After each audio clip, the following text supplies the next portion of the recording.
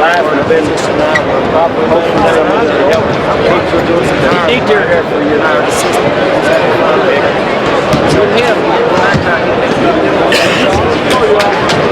I could have gotten to the front four, but we got made to the point during this sport. Yeah, we hit him. He takes it. The players don't go. Let me know what all. Mr. Schultz, when was Okay, first of all, Mr. Schultz, I'd like to ask you a little bit about Jerry Tarkanian and the settlement recently with the NCAA. Seems sort of strange, doesn't it? It does to people back in Las Vegas. Here's Jerry Tarkanian giving the NCAA money and a settlement. Doesn't that seem a little bit ironic, perhaps? Well, let's clarify something. First of all, it's not really a settlement. It appears to be that. Actually, what happened, it's just the follow-through effects of the Supreme Court ruling. Then it went back to the Nevada Supreme Court. It was passed from them on down to the lower court. And what coaches is agreeing to is really the court action of reversing the payment of attorney's fees and reversing the court costs. So it is unusual that he's ending up paying the NCAA, but what it is, it's just a spin-off and the final step in the Supreme Court action. Can you comment on any investigation now that's going on with UNLV? No, I can't. I'm not really sure where that is. I don't stay in touch with people in the enforcement staff on a day-to-day basis. Even if I knew, I couldn't comment on something that's in action. What's your gut feeling on what's going on at UNLV right now? They have an image, perhaps nationwide, of being a program that's had problems. What's your thoughts on that? Well, I think UNLV is working very hard to develop a Class C program, and they've got some obstacles to overcome because of the past, but I think Brad Rothenmüller is a classy guy, and I think he's working very hard. I think their president is going in the right direction. I think it's just overcoming the image and getting a few of these things behind them. What are your thoughts on possibly UNLV winning a national championship here? They're the favorite. I think it'll be a little bit interesting to have an NCAA handing the trophy over to Jerry Tarkanian. Will you be the one making the presentation? No, that's always the privilege of the basketball chairman. Is the basketball chairman? I did that when I was chairman of the basketball tournament, but that's the privilege that goes to the chairman.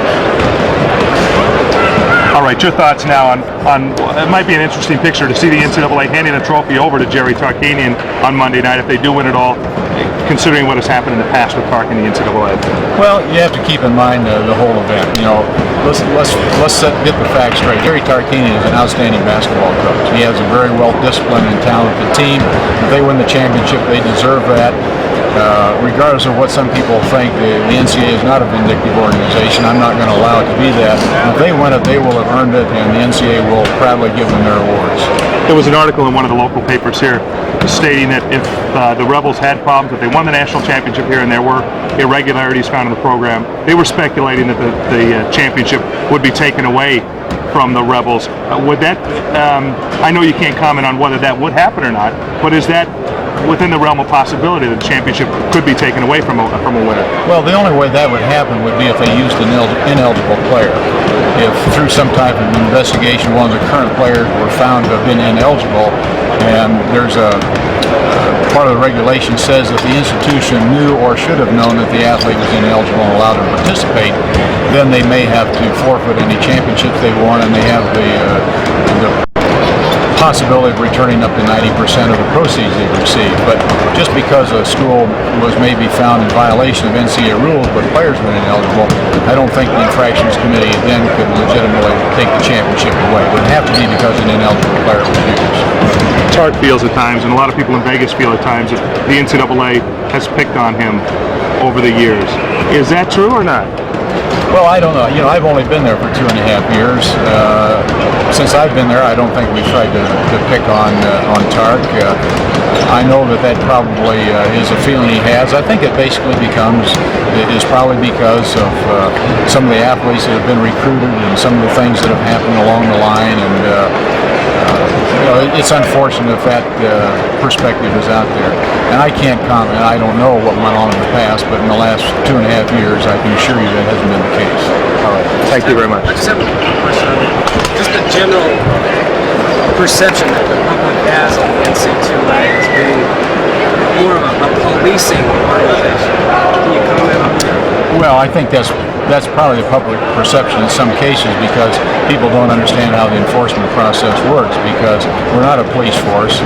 We don't take a look at a program and say, gee, they've won a lot, we better go check them. We respond only to inquiries that are provided to us, something that is shown on television or appears in print that appears to be a violation. We'll check that out.